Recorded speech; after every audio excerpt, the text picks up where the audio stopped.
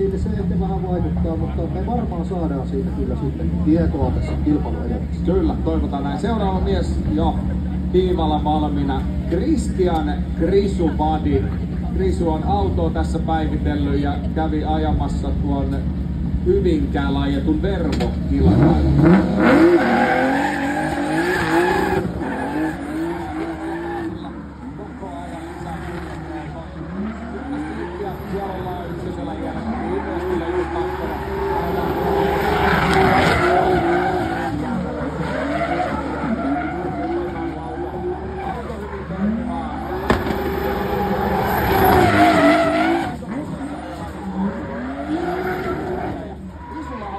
Vedot jo tuolla Vermon driftissä.